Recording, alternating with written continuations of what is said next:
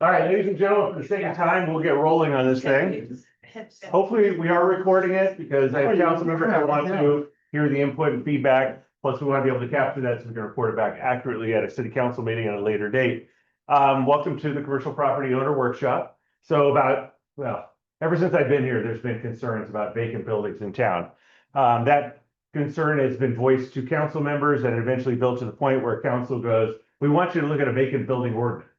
That was almost 2 years ago. So last January, we came forward with some ideas. We reshared them in June. The second part was in June. And at the end of that meeting, they said, you know what? Some of the stuff with the registration of buildings, some of the components we think are maybe a little hard on the property owner. So we really like to turn it around and go back to the property owners and actually talk to them about the issues and see if they can come up with some solutions. So fast forward to tonight, here you have it. Again, I'm Jonathan Wright. Everybody I think in the room knows me, Economic Development Director. Go right ahead, Harry. So my job encompasses a lot of different things. Really quick, I wonder if we could just go around the room and introduce ourselves so we know who you wouldn't mind. Okay. Because I'd be very interested in knowing like where our property owners are. So we have council member Alice Dallin-Gavillo here. So, okay, you want to start and just say who you are and what buildings you own? No? Okay.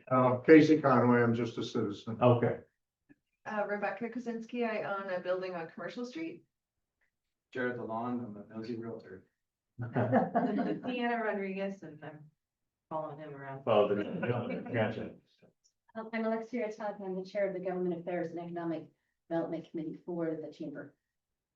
All right, we'll go back to it. Tyler Chickarot, part of the Economic Development Commission and just a citizen. Adriana Jensen, and we own some property in Old Town. Wayne and Jody Barnes were new property owners Excellent. in downtown. But she was the bee gal for 8 years Bee gal. in Auburn, and so She was, Now is she not still?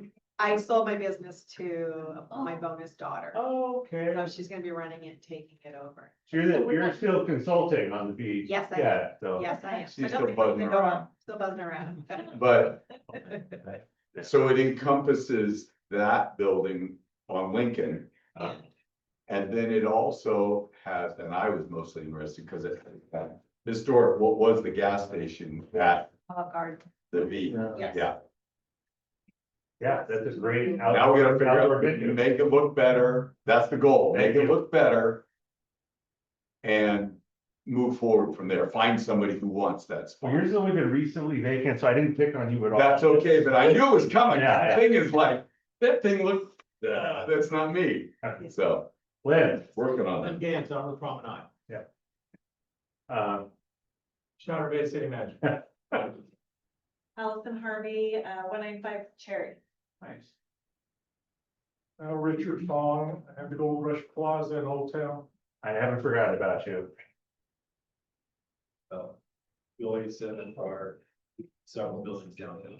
And then Dave Lardner couldn't make it, he's in Dallas, he's got several buildings downtown, but I think he's on Zoom, if that is on Zoom. Oh, It's on Zoom, but we don't have anybody, we didn't send out a Zoom link for it, so Oh, this, okay. this is just because we want to record it for later, that's Okay. the technology. All right. But he'll be able to view it later, we'll post this later on, so. Okay.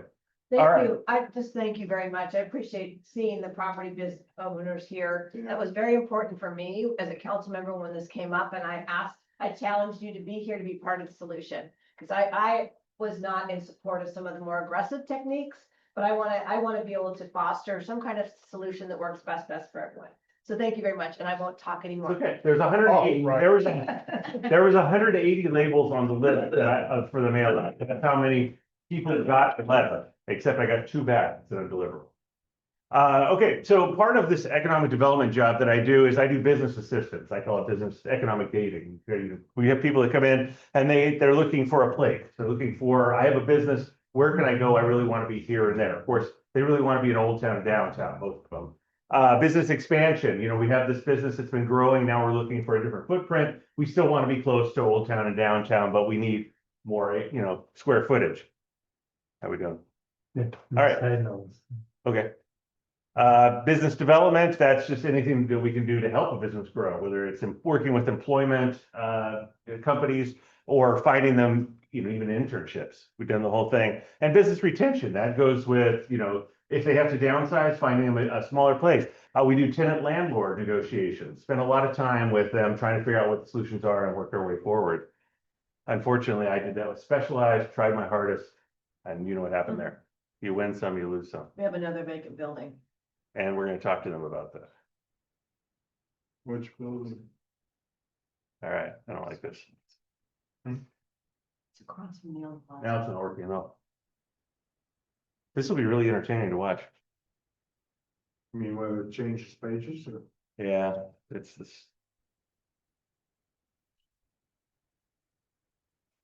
It's the building that's across. from So the- everybody's familiar with the vacant building ordinance that we originally proposed? So what that would require is if it started out within 30 days of a vacancy, you'd have to report it to the city. And that report would be consisting of pictures of the exterior of the building, so we can see, what the current condition is. You know, a business statement about what you're planning to do with the property and how you're going to bring it back up to occupancy, timeframes and so forth. And then you would be required to pay a fee and register it. Originally, it was every month. I tried to make it cumbersome on property owners, I'm sorry, people, but I was trying to motivate.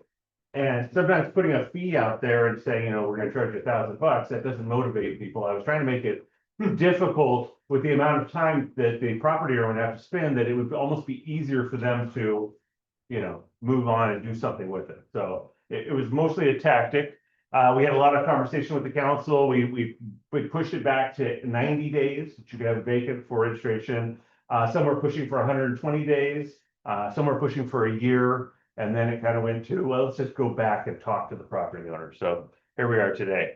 I'm just throwing this out because we're really focusing on most of the complaints are in Old Town and downtown. So I spend a lot of time focusing there, and I get all kinds of inquiries. A lot of people don't know, but the city is part of our economic development arm is we receive phone calls from people who want to do business with us. We receive phone calls from other entities that have businesses looking to come here. We are partners with other economic agencies that feed us information about people who are looking in the region. And so a lot of those things just trickle down to my desk, or just mouth to mouth, people that are here that, that understand what we do and say, hey, I can't fit you in my building, but why don't you talk to Jonathan? So I spend quite a bit of time doing this, partnering and trying to figure out where people go. But in Old Town, downtown, I mean, it's mostly small, mom and pop operations. They're not real well capitalized. They have a good idea. Some of these are retirees that want to do it. Next step in life was really to open up a coffee shop or art gallery. And so I'm just trying to facilitate them getting in there. If you look at the composition of the businesses that are in Old Town and downtown, they're knickknack shops. They're artisan types of operations. They're just small little niche things that are very tourist oriented. They're very unique. But they're not big operations, and most of them don't carry huge wallets, especially starting out. Back again. All right, so why are we talking about commercial vacancies? Oh, I'm sorry. So one of the questions that I get a lot is, what are we going to do about the commercial of these vacancies? These vacancies are everywhere. And my response is, what you talking about? Because in my mind, a commercial vacancy is something that I can fill, that I can take one of those businesses and I can bring them over to the property owner and go, okay, let's see if we can work this thing out. But a lot of these are not vacant. I mean, they're vacant, but they're not available. So I've kind of lumped these into different categories, but the first three are the ones that basically are sitting there. You have the never open vacancy, the unavailable vacancy.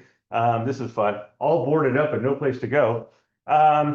Available but not attainable for most, and available but never rented. And I'm just throwing this out there. I am picking on some. I'm using them as an example of the types of different vacancies we have, but these also highlight some of the issues that we have. So this is the never open. This is the business that still has a designation at the front. So if you're a tourist, you wouldn't know that it was never open. unless you've got up front and notice the cobwebs and all the other stuff. They have picture frames in there. They have things that almost look like it could be for sale or could be open, but there's no open sign. There's no hours of operation. There's no nothing there. And so it just sits. And at night, you have all these lit up businesses alongside, and you have this black hole that is Lee Photo Studio. So I'm trying to motivate those people. Sorry. You have the unavailable, where there's no for rent sign, there's no for lease sign. It's sitting there. The windows are covered. It's centrally located in town, very visible. It obviously has some maintenance defects. And it gives the impression that nobody's coming back to it. This is the all boarded up and no place to go. Right, kind of fun. But this one obviously needs some significant maintenance. A closing sale. Yes, yes. Too bad they didn't date that, because it would have been a couple of years ago. Yeah. But it's been vacant for an extended period of time. And again, not being offered, just sits there on the streets. So again, those are things I can't put people in because there's really no, The same person on that as owns Maryville's? yes, they do. And then I have the available but not attainable. And this, I say this for a couple of different reasons. We don't have a lot of rentals out there. If you look at Upper Lincoln, if you look at, part of High Street, there's really some vacancies. I mean, if we have something that comes available, it's only available for a short period of time and it turns into something else. Then we have these that are the long-term vacancies, and it makes you wonder, wait, why are these things still vacant? And I'm just putting probable reasons or possible reasons. Maybe they're not on market. Maybe they're not offering them for what, people that open the type of businesses in Auburn can afford. Maybe their lease is structured in such a way that scares people off. Maybe there's concerns over the property management. And we have the available but never rented, the one that has the sign up, it has the phone number, it's ready to go, but for whatever reasons, it's still there for years, it's still there. And so maybe the rents aren't comparable to market. Maybe there's a lease structure issue, maybe there's a property management issue. Maybe this one, it's kind of unique where a lot of people are looking for smaller footprints. Maybe it's something that's too large for people that are looking to start a coffee shop. Are looking to start an art gallery, would be willing to take on.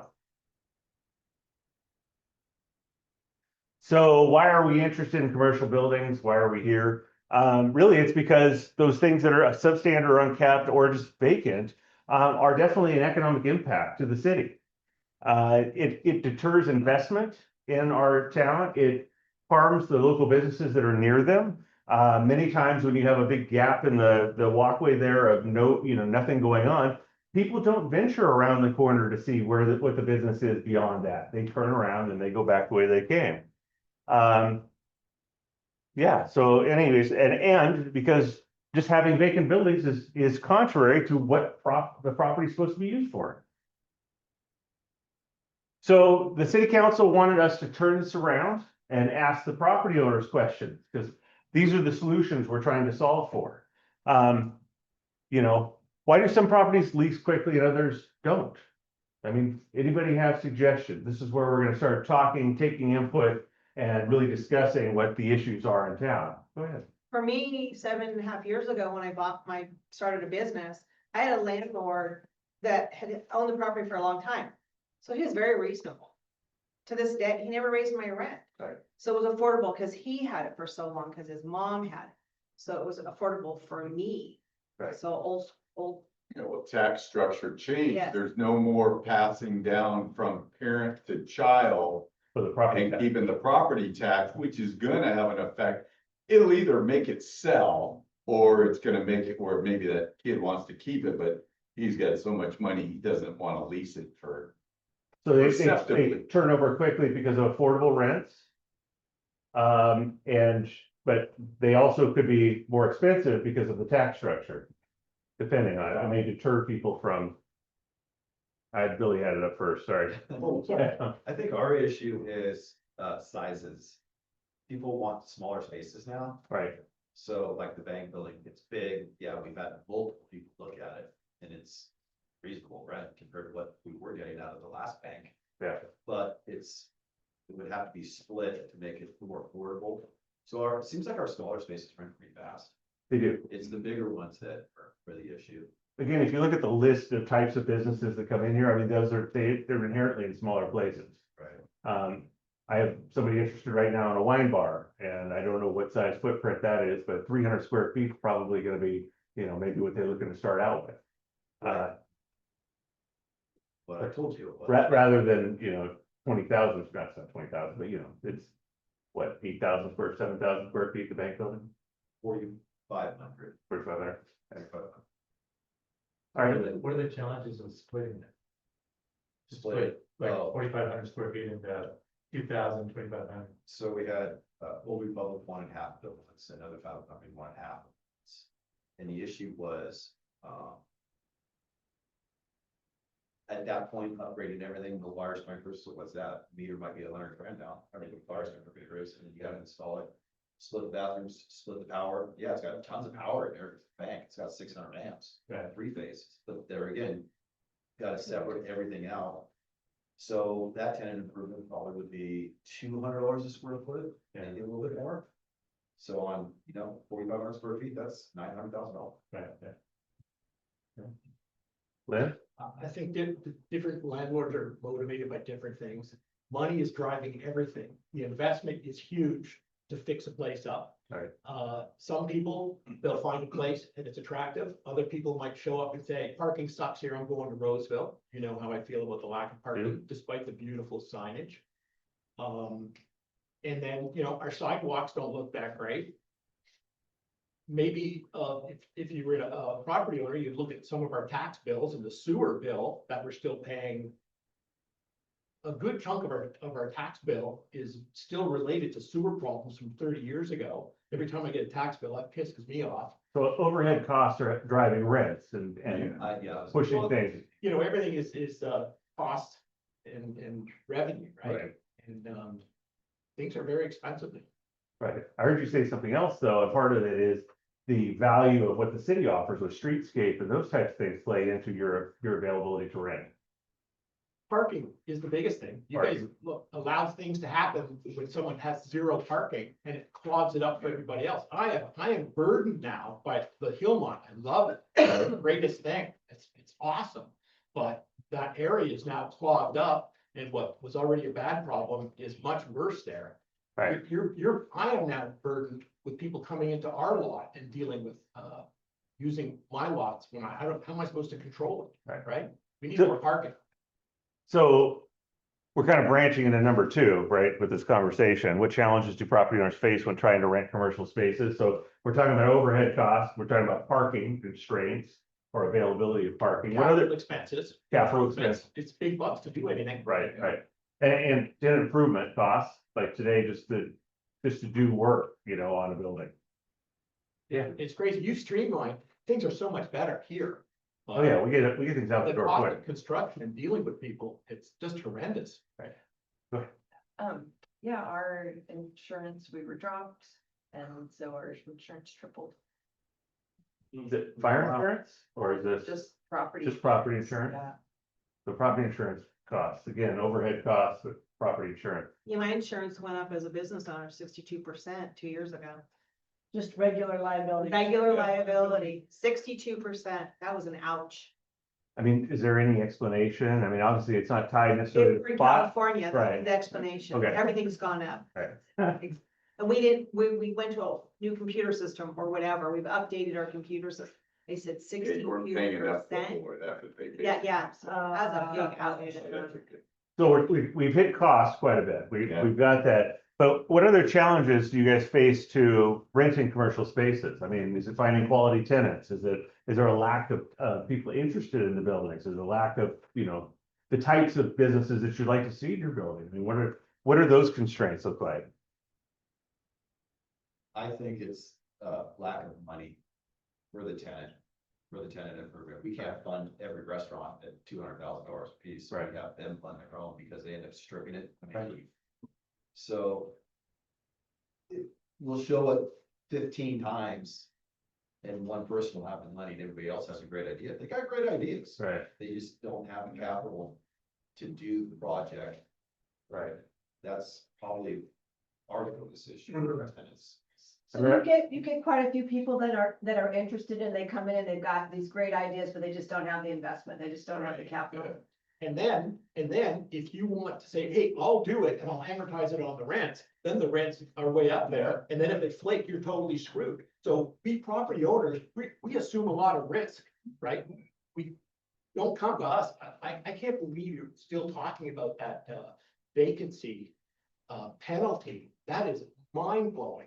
If I could just say at the very most, I think you should just drop that. That just pisses me off, Roy, that we're talking about it. It's been dropped. It's been dropped. It would take two council members to retire. At the very least, you made a good point.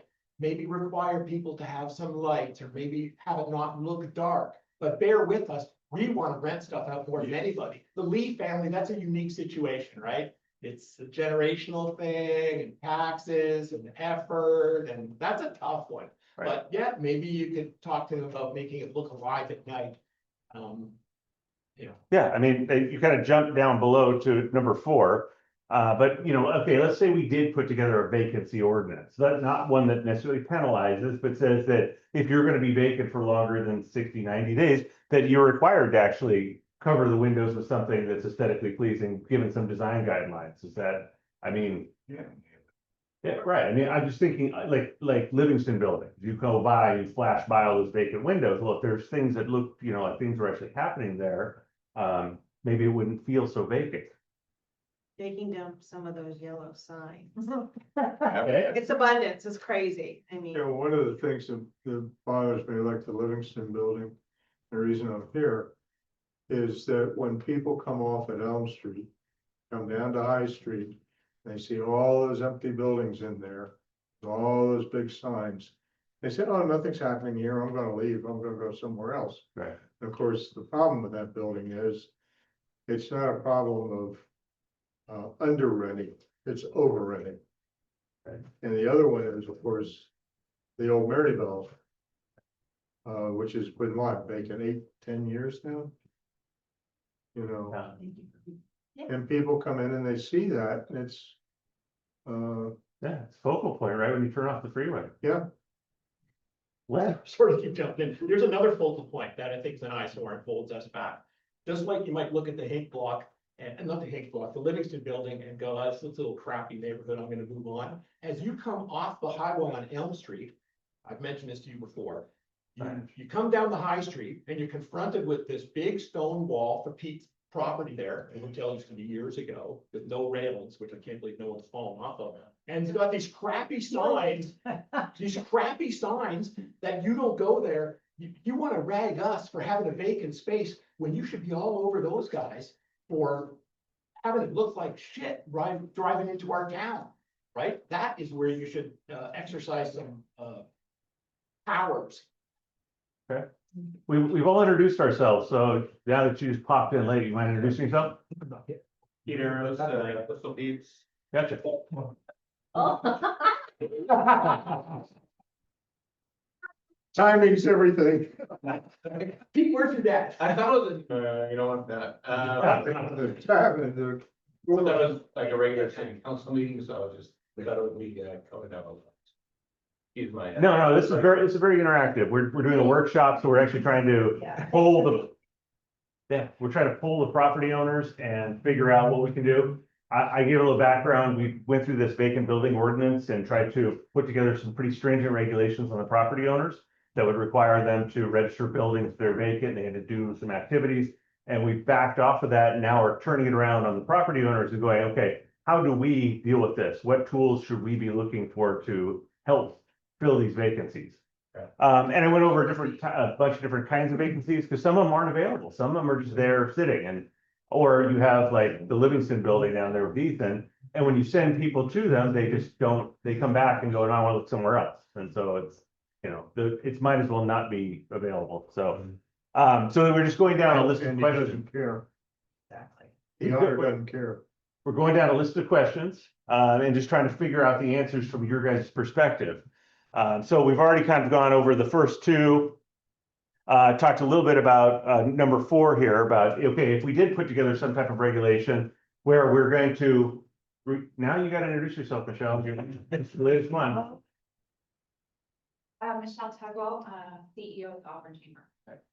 So if we did put together some type of regulation for vacant buildings, and if they're vacant for so long, if we required them to put up some type of, pre-approved decorative window decoration, so, and I use the Livingston building as an example, as you come by, then it doesn't look like there's this desolate, nothing's rented area. It kind of has some type of curb appeal.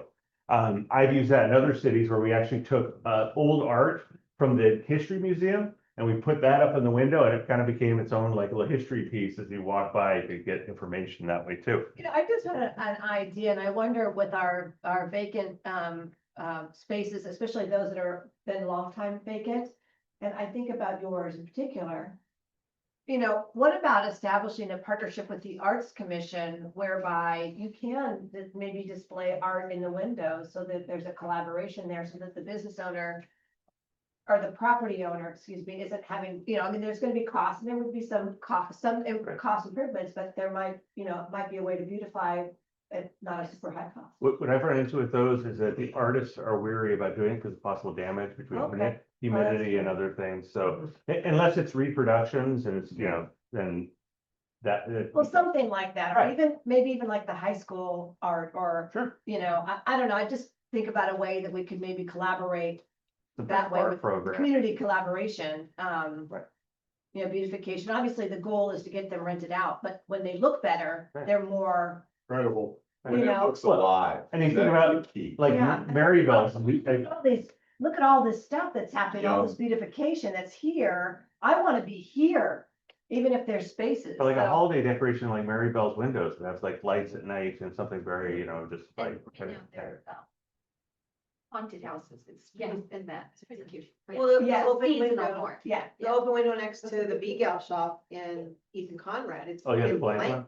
for it was great when they put something in there, it was kind of, but now it's just a blank. People ask me, what are they doing with it? I'm like, that has to do with the building. I'd like to introduce everybody to the mayor, Sandy Amara, who popped in too. I'm sorry I'm late. I had a meeting, so. and she's a building owner. Yeah, she's a building. Go ahead.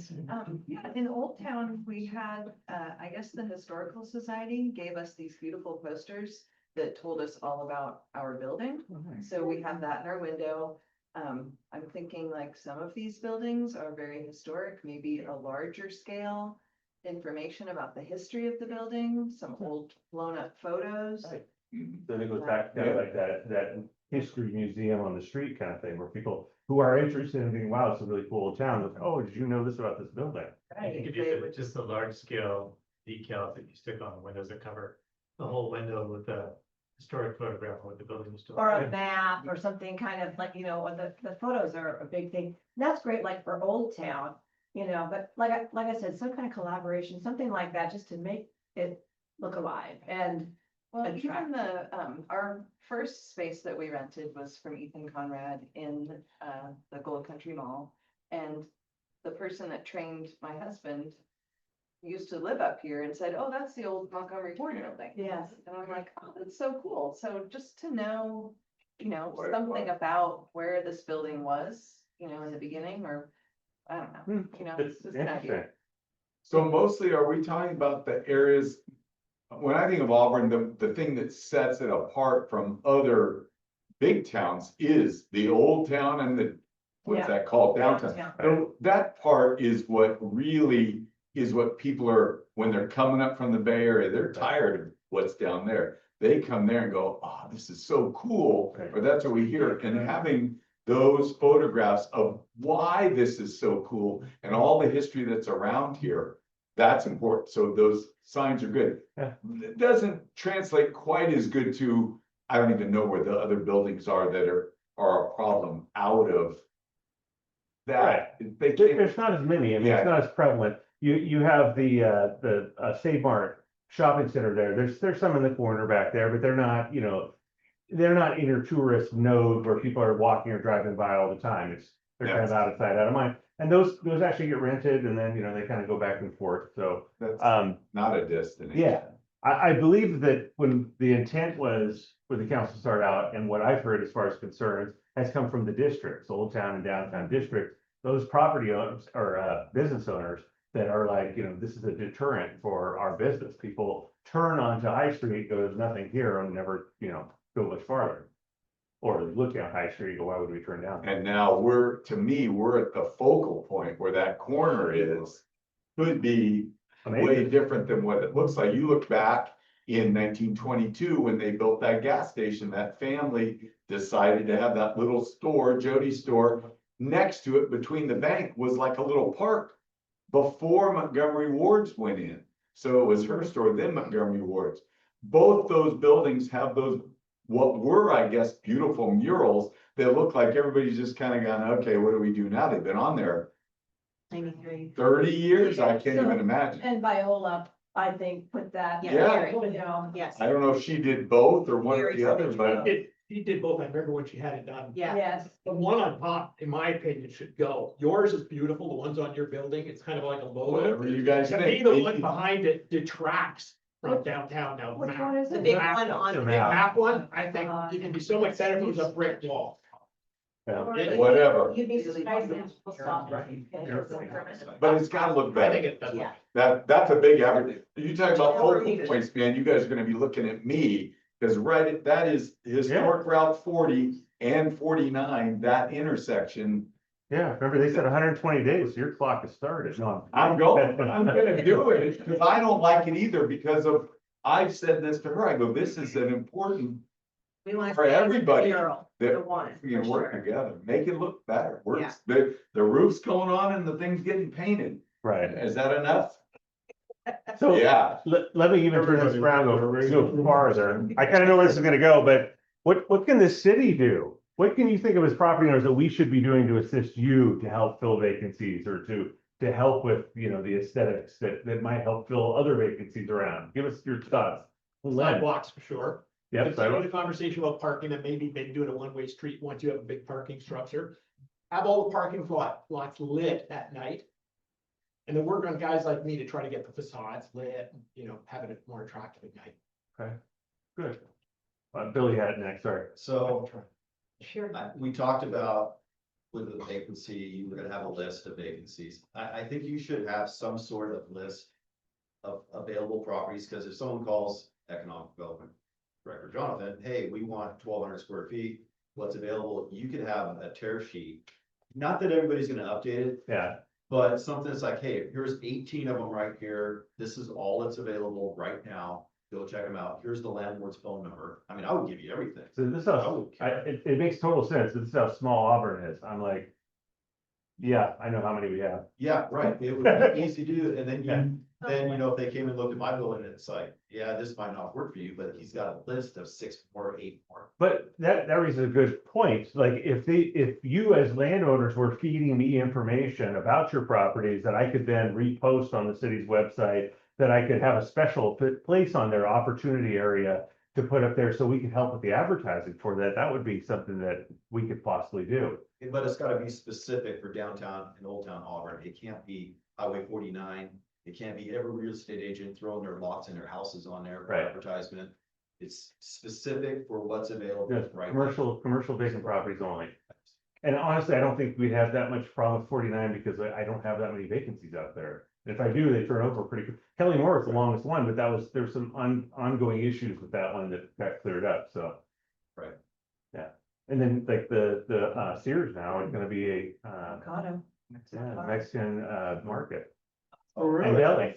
Avocado. That's big. Yeah.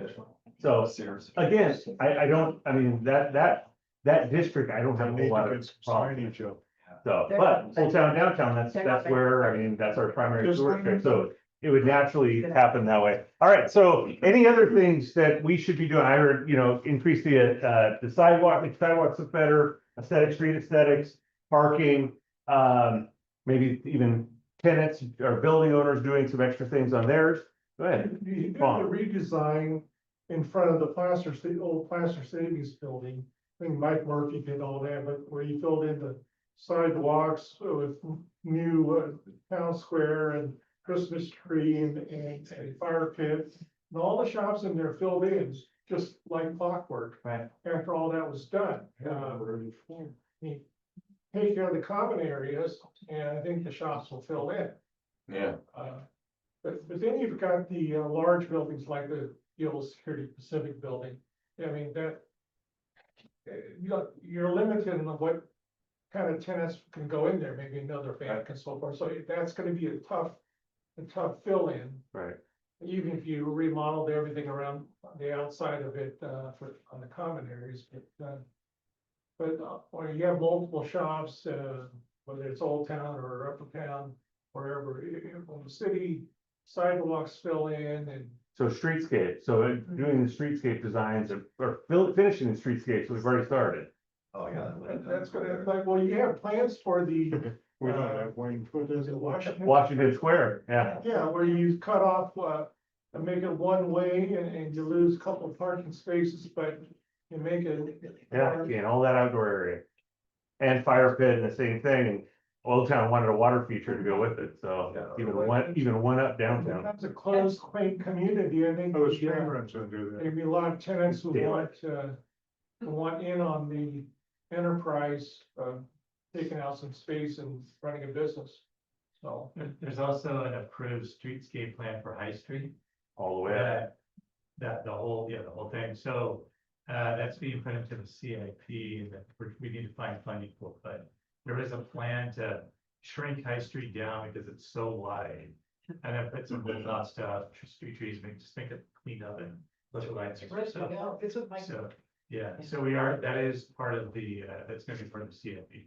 We just need to find a plan for it. That's the big thing. We used to have just redevelopment dollars, but then the state took that away and we no longer have access to those monies anymore. That's how they were able to do the big changes downtown with Central Square and everything was redevelopment dollars. The city was able to utilize property tax that it had access to, that it no longer has access to. Right, that was a State took it. municipal bond, Well, that's, part, yeah. but, so it's just a matter of trying to be creative in what kind of grants we're able to get and Yeah, work together on the funding. which we've applied for grants for that stretch, the Clean California. It was for 3.8 million we applied for. And part of sometimes doing things in very small increments, Right. I mean, and understanding what is important to the business owners and hearing, sidewalks. I know sidewalks, we've kind of had an issue back and forth about whose jurisdiction are they in and so forth. But, sometimes it's baby steps, I guess. Good. Why don't we make money for the city and start charging people for parking on the street all day long, when there's a 3-hour limit, but they don't care because they won't get penalized? It's lost revenue for the city. We're But we're parking gonna- a lot for a month, or months. Right. That can backfire. Well, I mean, you have to figure out how to fund a program like that. And we don't get from issuing citations, we don't necessarily get the money. It goes lots of other places. But if you were to actually have paid parking, now that could create kind of a business, Yes. business model that you could use to hire somebody that could actually enforce those rules and actually, work for the. The city has gone through so many different cycles over the decades with meters. I think there used to be street meters. Oh, yeah. We had- But we don't worry All the about holes that. are out there. That's what we use for flags now. Yeah, but, and the permits and the parking lots and things of that nature, and then we do it, and then we don't, we do it, we don't. Lynn, if it has to do with parking, you're cut off. Yeah, no, I've been saying that for years, not much is happening, it's all money, everything comes down to money. Yeah. So while you're here, and the city manager's here, and the mayor's here, and council members here. What's happening with the big picture? Everything points to money, right? Shortage of money. As historic Auburn is more and more gentrified, because that's really what's happening, right? It's not Montgomery Wards, or it's not an old town, it's not the 50s anymore, Viola's images are gone. As it becomes more specialized and in services, right? Right. You're following a typical path. There's not gonna be a ton of dough or extra money, and the city doesn't have it.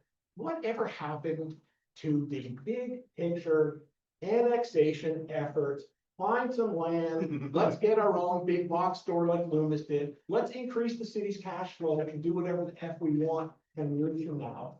Instead of begging for money or hitting property owners up for Mickey Mouse BS fees. I thought you got rid of it. It's number 6 right there. No, I'm saying if we were. So real quick, real, So I was the town manager in Loomis before I came here. I got the Costco there.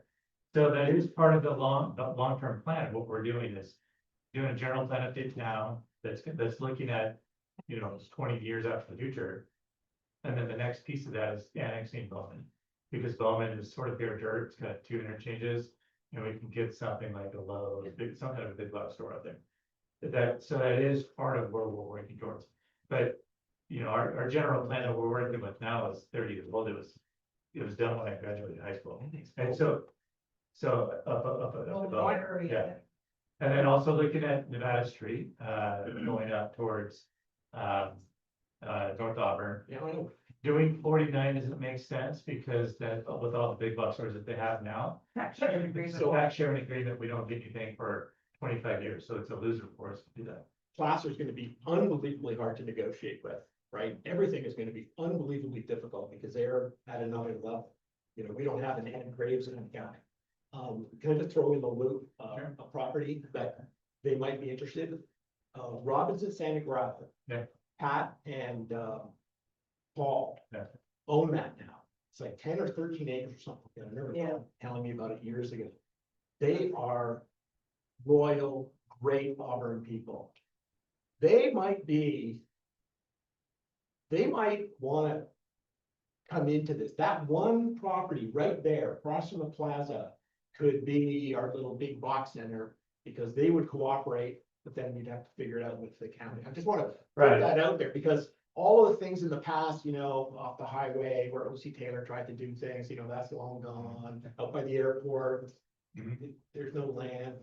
Placer's gonna be really tough to deal with. All right, so there's good long-term strategies. We're trying to focus on the property owners and the vacancies. And I know that having beautiful streetscapes is one of those things, but we could talk all day about different, methods to try to get there. But streetscapes have been noted, improvement of the physical environment around Old Town and downtown. Somebody want to talk that hasn't said anything yet? Mr. Arrows, anything? You got anything to share about, any of the questions here? Like what should we do better as a city to help you guys?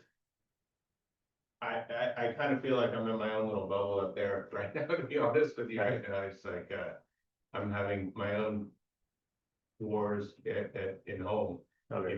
trying to get things different and changed. Okay.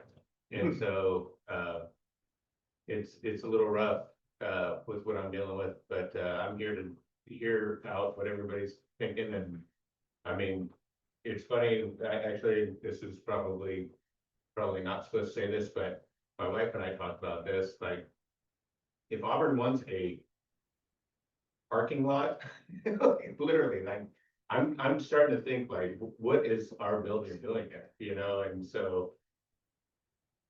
Do we need a public parking space? I mean, you look at like Placer, you look at Folsom, you look at all these other. Placer really thought ahead. Right, I mean, and they took over these places and they built structures, and I mean, I don't know exactly what, it's gonna look like in the next 3 to 5 years for me, and what I've got going on, I can move and go somewhere else. I mean, but we are talking probably too much at home right now about what's going on, and I don't have a ton of support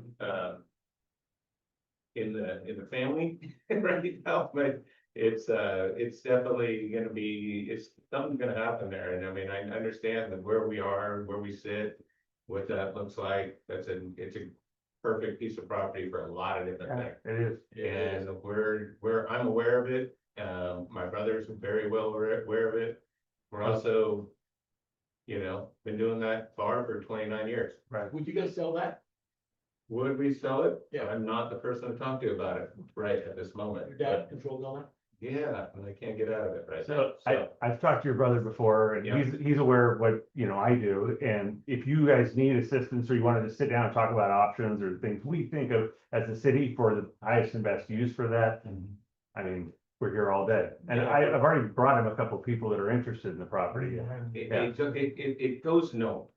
Yeah, I get it. It's, you got a generational, yeah, I can own everything I own. yeah. And at the end of the day, if it stops, it's done. It's- yeah.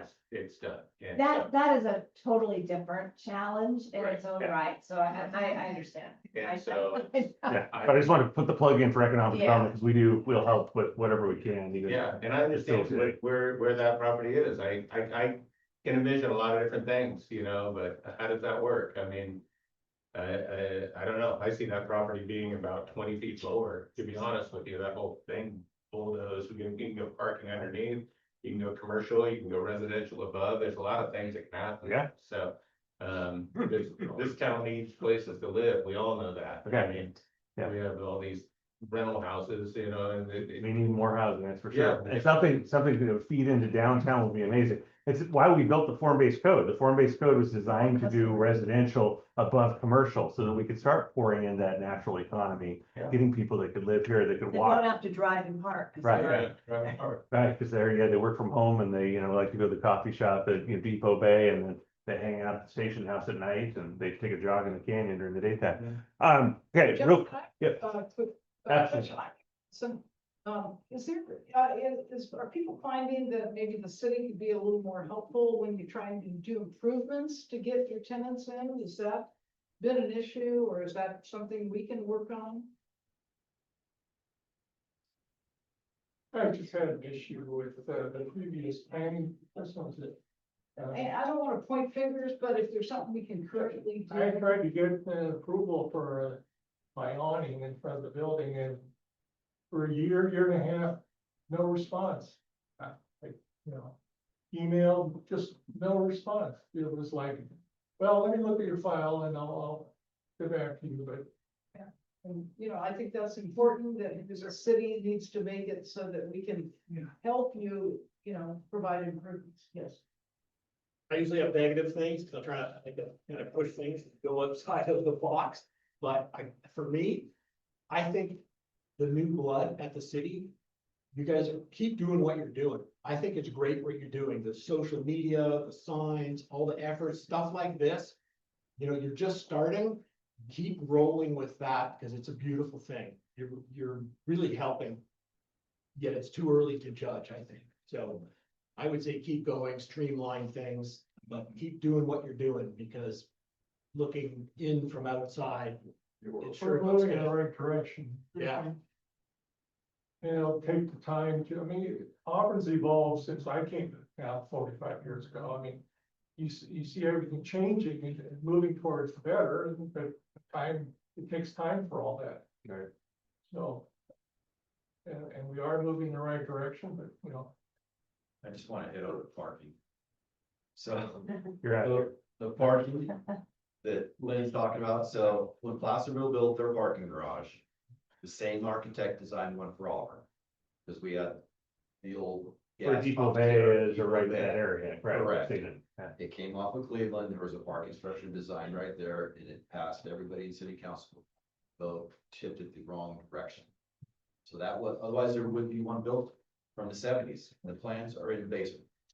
Just fine. Right. And I know it's like $25,000 a freaking slot probably. It's more than that, and double. it was where Depot Bay, Yeah. Over Depot Bay and the gas station. Oh, It came off of Cleveland, it was gonna be a covered gas station, that we dedicated as a property. Tom Sierra dedicated the property. To go over. behind Barry. Where the tire place is now. Yeah. Yes. That and whole- it- that that's whole block right area. kind of in the middle, and Yeah. there was an alleyway that went to Lincoln Way. That the city abandoned and sold to Viola. There's a 15-foot wide building there, and that, or 20 feet wide building, where there's a salon there now, and that is where it was gonna go. Can I just throw something out there, since what Pete said? Maybe Pete Senior, I don't know if you're getting tired of your business. Certainly, I don't see someone, if you decide to sell it, making the investment to do what we'd all like to see here, because that's huge. But that is a giant piece of land. I bet if that was just a flat parking lot and created income for your family, it would buy time for the city and provide you with money. It would be less of a challenge to come up with some kind of a program of renting it, providing, that's like hundreds of parking spots. And Pistol Pete's in our building. There you go. That's Maybe perfect. if you wanna shrink that out to. I do not want to lose your. Parking lots are money. Okay, That's if they're paid, you have paid parking. Yeah. Yeah, no, pay for it. No, we won't pay for it. Well, there could be monthly rentals, there could be subsidy from the city, you know, the city, You have a this, perfect lot for paid parking. you know what, you guys keep bugging me about my parking, my building is half empty, COVID almost killed me, I made the investment to have a parking lot.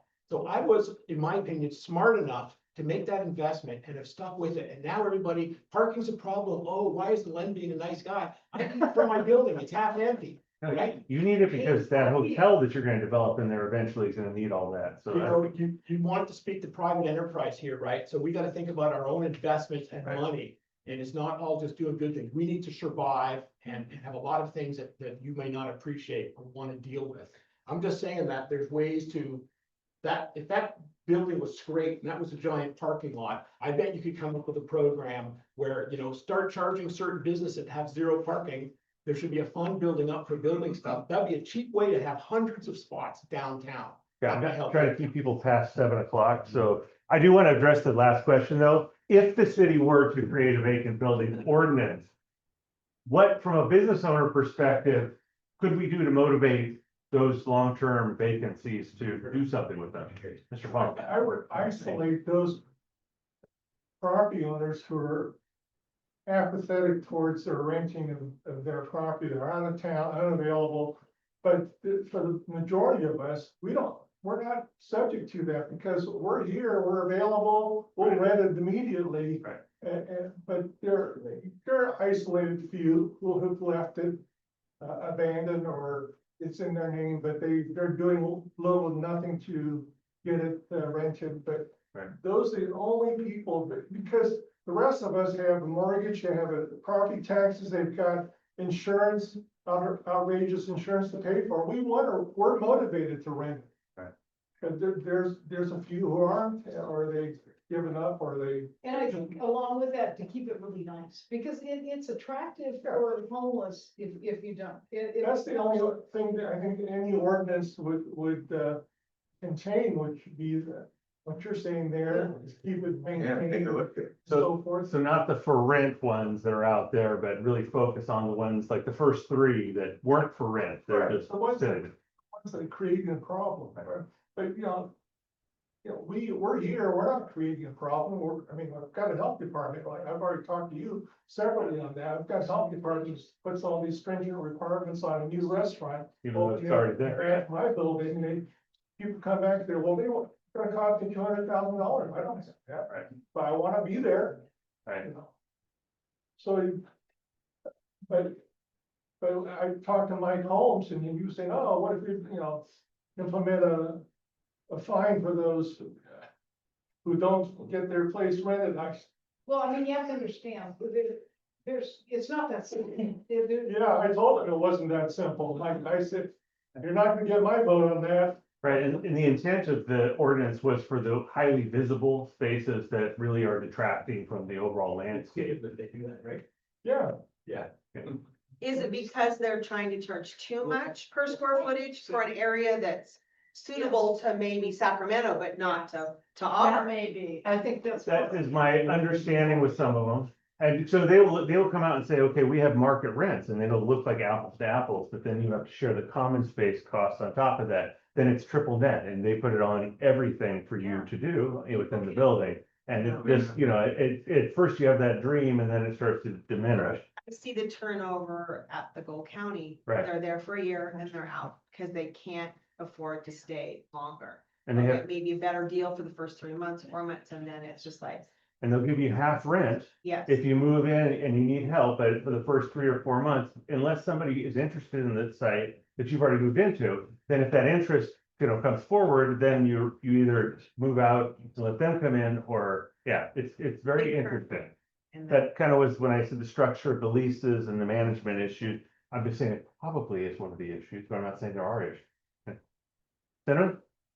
I think that in my mind, it's really more about incentivizing rather than penalizing, because really the landowners, we have the opportunity to drive the landscape of our community, right? And that takes time. You have, like to Billy's point earlier, 15 different individuals come with the idea of a business. How many of those come to us with a business plan? How many of those come to us with operating capital that's reasonable? To the point about the Gold Country Mall, there's a reason that those are rotating through, because they don't have the capital for a long-term strategic plan Right.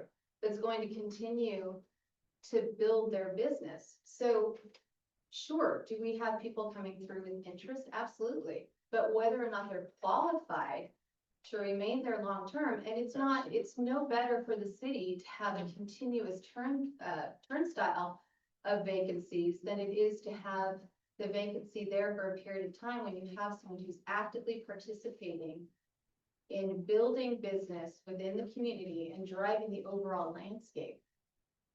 You said incentivize, but What about the individuals who are not that way, you know? I don't think we should be lumped in with those individuals. Well, I think that's what he's trying to, I mean, I think the ordinance would have been fine tuned, but I don't know. I mean, maybe not. so the incentivize though, I mean, how would the city incentivize this to, I mean, I think building off of the idea of building a registry. Okay. And then the building owners providing all of the pertinent information regarding their spaces. And then prior to even putting that out there, building a relationship with the city to understand what's necessary for the building so that we can provide reasonable accommodations or work with the prospective businesses in how they're going to develop their plan. That gives us better streamlined communication with the city. It provides more streamlined information to prospective businesses. which is something we already do. I mean, it's something that somebody comes to us and they have a business idea and we meet them with a landowner. We bring the building official, bring the fire department. We do the whole walkthrough, listen to what they're talking about. Just did this with the Carpe Vino not too long ago. What they are looking at doing and the accessibility issues and things that they would have to achieve with that. Sure. There are some things that are a bit prohibitive, such as change of use, Mhm. right? That automatically drives things a whole new direction. Which There are we work things- very hard with that now, which is how some of the developments that probably would have gotten a no in previous years managed to get a yes from us, because we've been very open-minded to how we look at things, Flexible. not inflexible. So Yeah. on that change of use, we have US Bank. Yeah. It's a bank. We have a microbrewery that wants to come in. And even though everything is approved in C2 zoning. Right. They said it's a change of use, even though they're all C2, those guys walked. They had figured on a It would be allowed in there, we don't have breweries in, because our ordinance is from 1973, we look at them as taverns and restaurants. So that would be allowed, what you're talking about is under the building code. The building code would change based on the occupancy, which would be an assembly group, which would be different than what the bank group is. If it was probably B going there and didn't require a lot, and because of the change, but again, without a floor plan and without somebody showing us exactly how much space they're gonna occupy, we can't go, well, can we get them to this place? They drew a full set of blueprints. This is before. you Before, guys- I know, I get the before, and I don't remember that. Full set of blueprints. we're trying to change, we can only change what we can today, but, Yeah, no, I think that there has been a culture shift. I think a couple of people have talked about that. I think that we can always do better about finding how to get there. But the way that I look at this now is we need to, instead of just saying, no, you can't do that, figure out, not just how to say yes, but then also how to shepherd people through that process, right? So not just shut the door and say you can't do that, but also you can do that, but you gotta do this, this, and this. But we're gonna help you do that stuff to get open. The thing that we can't budge on, because it's a state thing, it's health, life, safety stuff. So if we're changing the use from like a bank to something that's an assembly, it does create new regulations that we have to follow. Sprinkler heat is the biggest one.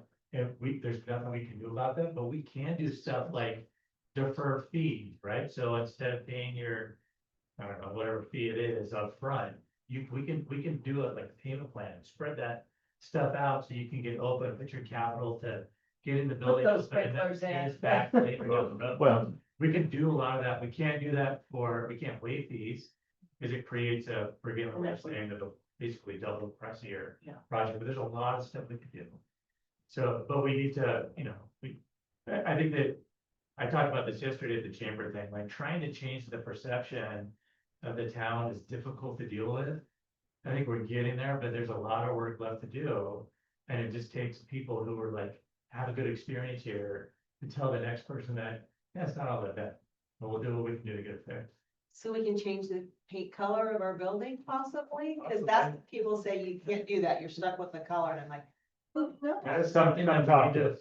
we need to Yeah. look at relaxing that stuff because you Yes, change we the, are trying. you change the paint color, but you can also paint it back, right? Like if, Yeah. like we don't want like neon pink and stuff. No. But Probably not fluorescent. we're also not Disneyland and we don't need to keep things Yeah. exactly the same that they were in 1850 or whatever. Building paint colors, and we had someone come and talk to us. Show you. Yeah. Yes, and talked about the fact that you can have historic buildings and they can still be painted different colors, because guess what? They can be painted back. Temporary You change. know, you're not Okay. changing the complete facade where you're, you know, I mean, but paint is an easy thing. So Form Base Code has a pink color palette that's already built into it, approved colors to Sherwin-Williams, their classic thing, so it'll already have a whole gamut. It's already easy. I mean, they're trying to. make And it- those things that are, I can look at and say, well, that's close to what's already on there, then I can make those approvals over the counter too. But we also need to look at that. I know we talked about looking at how we can, Yeah, when we're doing the general, after the general plan is done, we have to do the zoning code update and that's stuff that we can do with that because yeah, it does handcuff people to be able to do things. And if We don't you're want- not changing the, you know, the building aesthetic. and Footprint. making it- Yeah, then okay. there's no reason why you can't paint stuff. Before the Hillmont Remedy was there, it's been almost 3 decades before we had any type of investment like that in downtown. Yeah. That's how long it's been, so we And we we do have to want change. that, we want that people put in their own money and invest into this community is important. All right. This was 2 million, yeah, the post office is a big deal. millions, yeah, where did we want it, but beyond.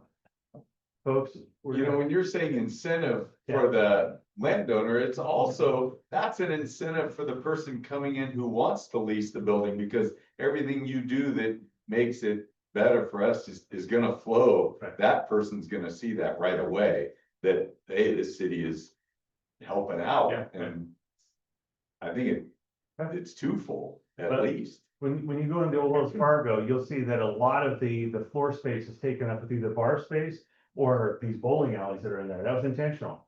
Because he had to he can only have his occupancy to be a certain group, or he would have to put in the sprinklers and absorb that cost, which is gonna be astronomical. Yeah. So we coached him on, okay, you have to fill in these spaces. You can't have enough space for people to be all over the place. And that's how we've been successful in moving forward. Yeah, helping. How's the second Yeah. floor gonna be? What's going on Coming the in at second the floor right there? time. The second floor above is going to be a pool room, but on the other side is actually an escape room that has like 4 escape pods. in it. No restaurant, they were talking about a restaurant sometime. Well, they're serving food downstairs. There Downstairs. is gonna be food down on the bottom, they're gonna do like. Yeah, it's a bar and a Like, restaurant. not like steaks and stuff, but kind of. Or- Good patio. When's he gonna- Yeah. Yes. He wants to open by the end of the year, we're hopeful. But then the escape room might even open sooner. That's up there. She's working on that actively. And then I got 1,000 square feet in the back that I'm looking for a tenant for, so. What's up with the PG&E building? PG&E building is being currently, they have an architect that's been doing all the design work in there, he's doing some cleanup right now. Top story wants to do residential or even short-term rentals.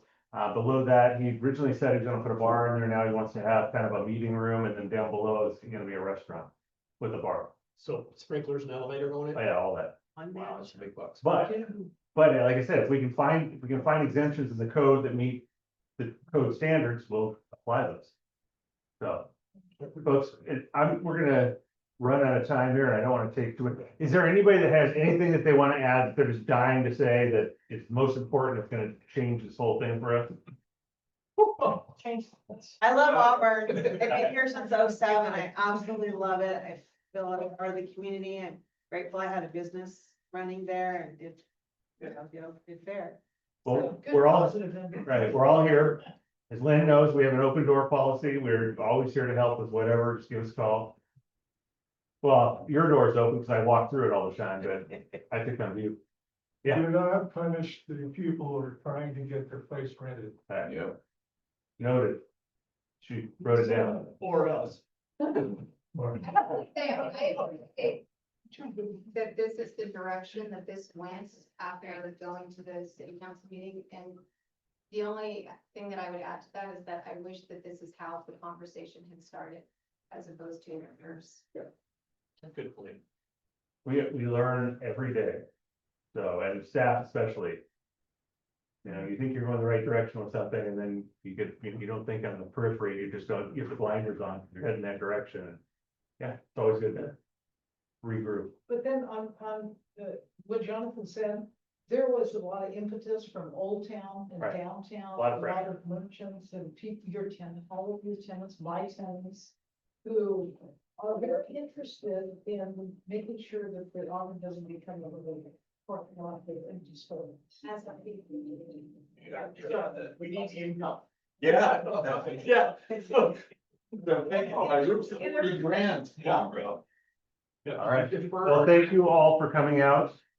And I'm gonna give an update to the city council on this discussion tonight, probably the December 8th meeting. So if anybody's interested in attending that, it'll just be an overview of our discussion.